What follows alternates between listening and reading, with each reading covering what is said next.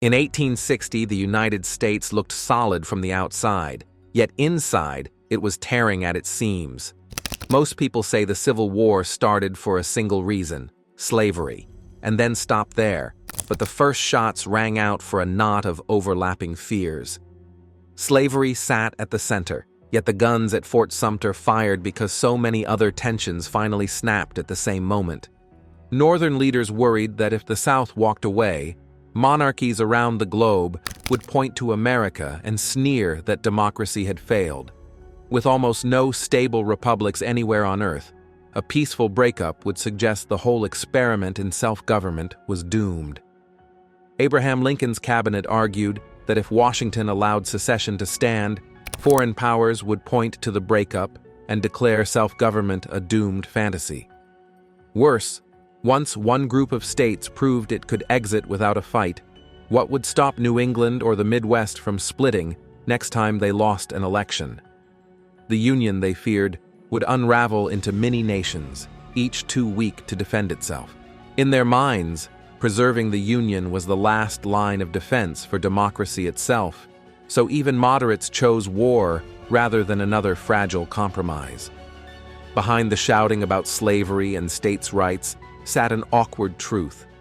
The North and South needed each other's money. Southern cotton fed Northern textile mills. Northern banks loaned Southern planters the cash they used to plant next year's crop. Railroads, insurance firms, and shipping companies in New York and Boston earned huge profits, moving Southern fiber to British factories. Planters, in turn, bought Northern tools, shoes, and food. Leaders on both sides quietly admitted that a clean break could sink them all. If the South left, Northern mills might run out of raw cotton within months, throwing thousands out of work. If the North blockaded Southern ports, as it ultimately did, planters would lose their best customers and their credit lines. Many businessmen begged politicians to patch things up precisely because the two economies were tangled like vines. When compromise failed, both regions gambled that they could survive on their own and dragged the country into war. Southern leaders believed slavery had to keep spreading, or it would die. Cotton wore out the soil in a generation.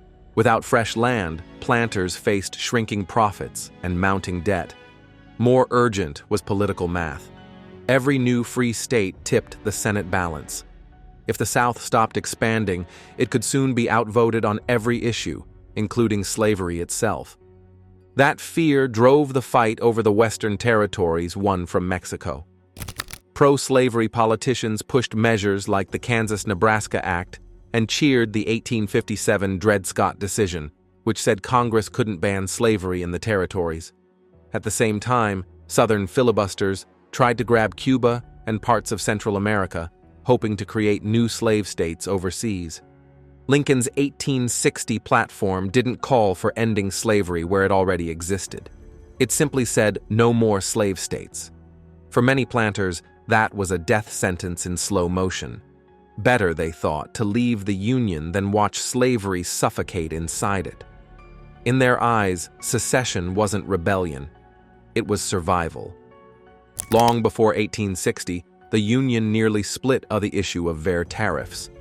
In the 1830s, South Carolina called federal import taxes unfair, declared them null and void, and even raised a militia to resist collection. President Andrew Jackson threatened force. A last-minute compromise lowered the rate, and war was avoided. Southern politicians never forgot the episode. To them, Washington's power to tax and to send troops proved the federal government could crush any state that challenged its policies. When tariff debates flared up again in the 1850s, secessionists cited the nullification crisis as proof that peaceful protest would fail.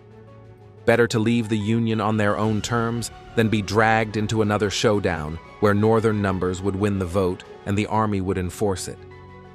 In the Deep South, white society wrapped politics in personal honor. Dueling culture, militia drills, and constant fear of slave revolts created a world where backing down looked weak and dangerous. Newspapers praised fire eaters who promised to defend slavery with bullets. ministers preached that resistance to Northern aggression was a sacred duty. This mindset mattered. While many Northerners framed the dispute in legal or moral terms, Southern leaders framed it as a test of manhood. Compromise meant humiliation. Force meant respect. That culture of honor made war more likely. Once secession was declared, public pride left little room to negotiate.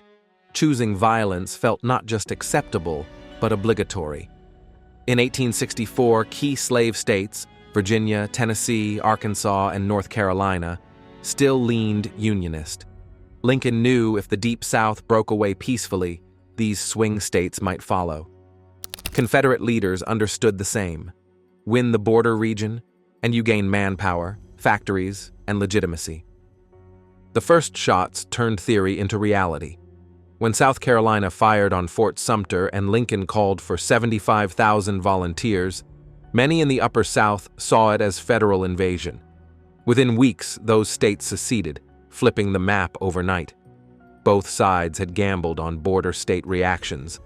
The Confederacy won the early round by provoking confrontation before pro-Union voices in those states could organize.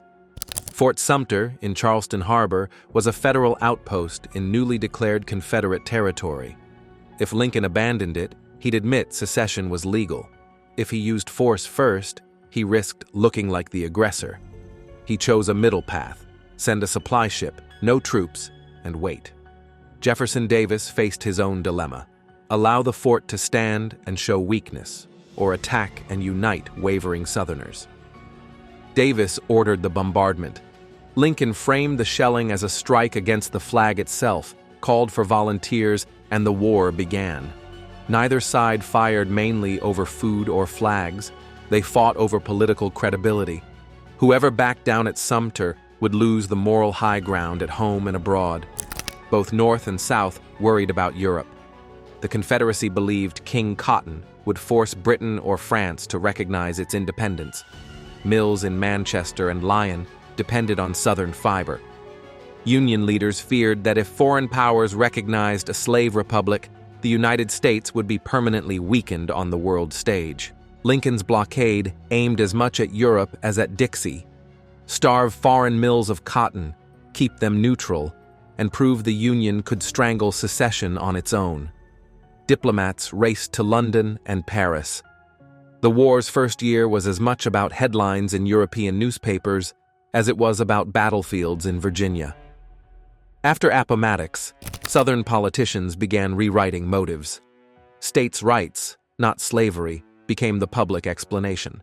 The new story painted the Confederacy as defenders of local freedom against big government, an easier sell in reunified America than fighting to preserve human bondage. Textbooks, monuments, and political speeches echoed the rebrand for generations. By the early 20th century, many Northerners, too, repeated the myth, smoothing over hard truths to heal national scars. The real reasons, power, survival, and the defense of slavery's expansion, faded behind a simpler slogan. The Civil War didn't begin because of one vote or one speech. It erupted from a tangled mix of fears. That democracy itself might fail, that cotton profits would vanish, that slavery would suffocate without new lands, that honor demanded resistance, and that foreign powers were watching. Slavery was the core, but the decision to fight grew from leaders on both sides, calculating power and survival. When the first cannon fired at Fort Sumpter, the long list of worries snapped into open war, a conflict that would test and ultimately redefine the American experiment. Like this video? I'm a small YouTube creator on the way to 1,000 subscribers. Make sure to like, comment, and subscribe to stay updated on new videos about dark secrets that I will drop.